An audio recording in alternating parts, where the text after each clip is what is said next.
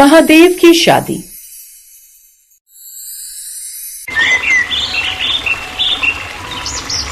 कैलाश पर्वत की चोटियों पर उस दिन अजीब सी हलचल थी। बर्फ की सफेद चादर जैसे सुनहरी आभा में नहाई हुई थी। देवताओं, गणों और ऋषि मुनियों में फुसफुसाहट थी। आज महादेव की बारात निकलने वाली थी। वर्षों की तपस्या, वैराग्य और समाधि के बाद आज भोलेनाथ विवाह बंधन में बंधने जा रहे थे। बारात में आए भगवान नारायण एक तो पहले ही सुंदर और आज श्रृंगार करके तो और भी ज्यादा सुंदर लग रहे थे। कुछ देर बाद वहां ब्रह्मा, इंद्र देव साथ में और भी कई देवता गण आ गए। आज तो कैलाश पर बेहद ही रौनक है और सजावट के बाद तो इसकी सुंदरता और भी बढ़ गई है। लेकिन मेरी समझ में ये नहीं आ रहा, ये दूल्हे राजा कहाँ रह गए? ब्रह्मदेव, आज उनका विवाह है तो तैयार होने में उनको वक्त तो लगेगा ना? नहीं नहीं, आप सब गलत समझ रहे हैं। महादेव तो अभी तक शमशान में ही लेटे हुए हैं। ये सुनकर वो सब हैरान रह गए और फिर उस ओर गए जहाँ महादेव बगंबर लपेटे हुए लेटे हुए हैं। ये देख विष्णु जी बोले, भोलेनाथ, आज आपका विवाह होना है और आप अभी तक तैयार नहीं हुए। उठ जाइए, थोड़ा सज सवर लीजिए, नए दूल्हे वाले कपड़े पहनकर थोड़ा श्रृंगार कर लीजिए। अब जल्दी कीजिए, आज ब्याह होना है आपका। तभी शिवगण बोले, आप सब न दूर हट जाइए हमसे, ये मौका मत छीनिए। हमें बड़े दिनों बाद अवसर मिला है अपने प्रभु को तैयार करने का, इसीलिए आज उन्हें हम तैयार करेंगे। जिसका मन करे वही कर लो। तभी नारायण जी बोले, हाँ हाँ, तुम ही कर लेना।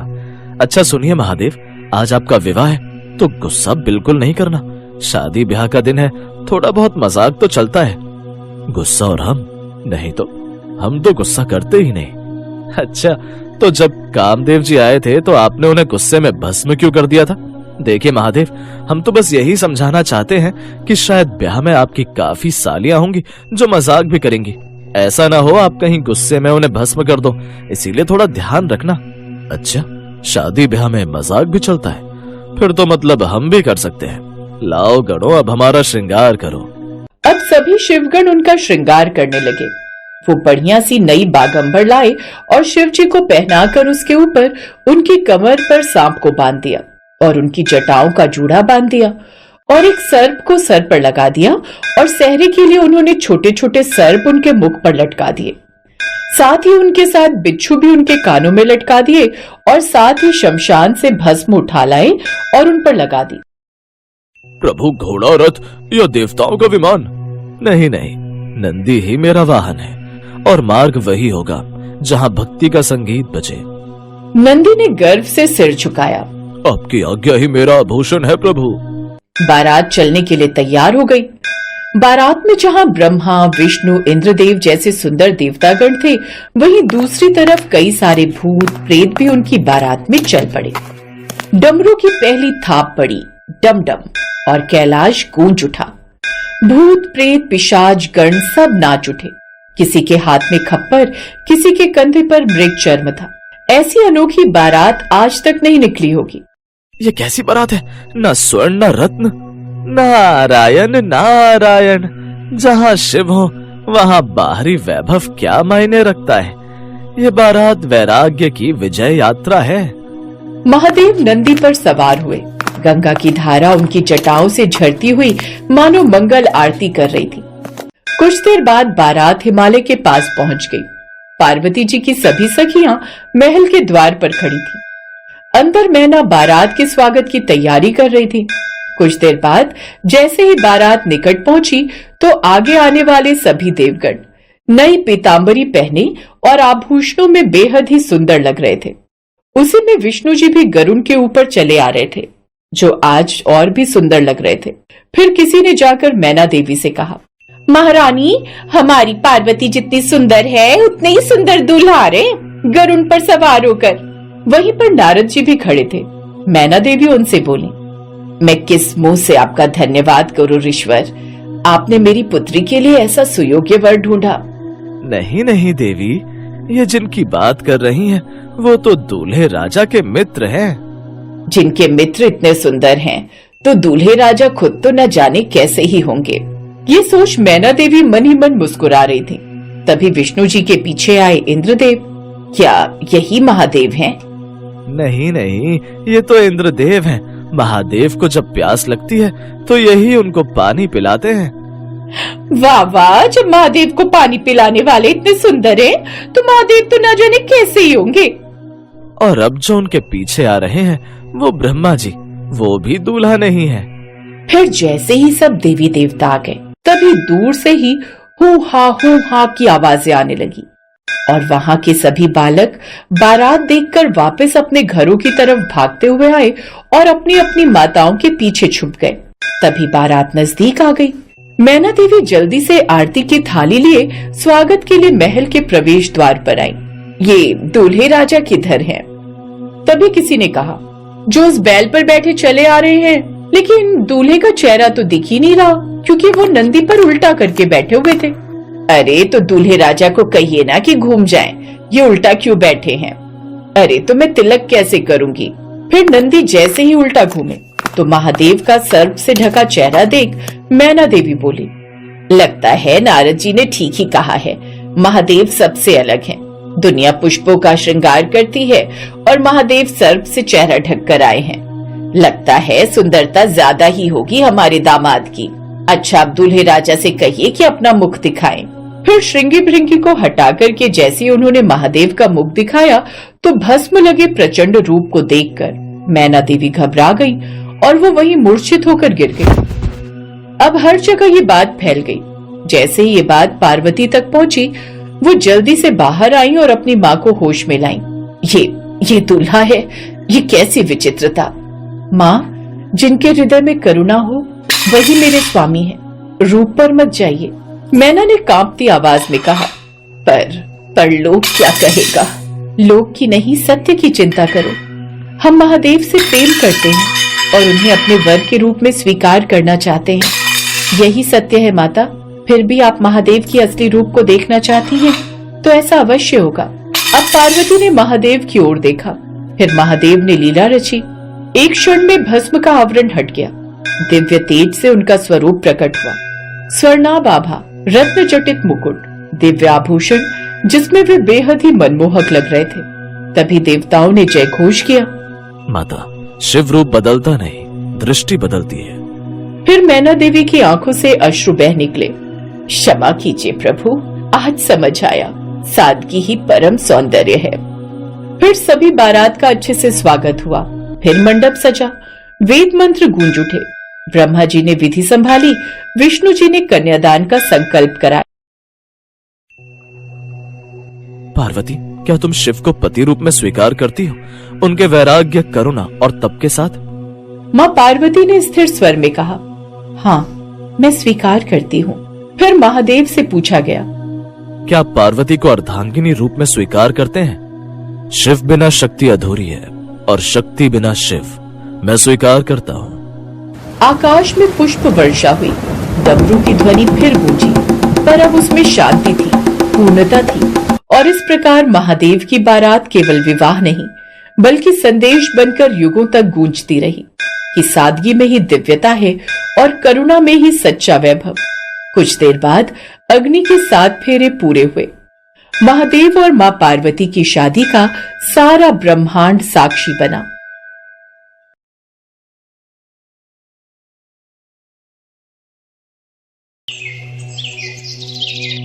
देखो बाबा, जो दे रही हूँ आप उसे स्वीकार करो। कुछ दिन पूर्व भी एक स्त्री आई थी आशीर्वाद देने के बहाने, और बाद में पता चला था कि वो राक्षसी पूतना थी। तब से हमने लल्ला को देखने दिखाने से दूरी रखते हैं। तुम कहना क्या चाहती हो? हम भी क्या कोई ढोंगी हैं? नहीं, आप तो बुरा मान गए, लेकिन वो क्या है ना, आपकी जो ये अनोखी वेशभूषा में आए हो, राम जाने आप कौन हो। ना बाबा ना, मैं अब अपने लल्ला को और संकट में नहीं डाल सकती। महाघातक सांपों को एक सांस में निगलने वाले, गरुड़ की सवारी करने वाले, पूरे संसार की रक्षा करने वाले पर कैसा संकट मैया?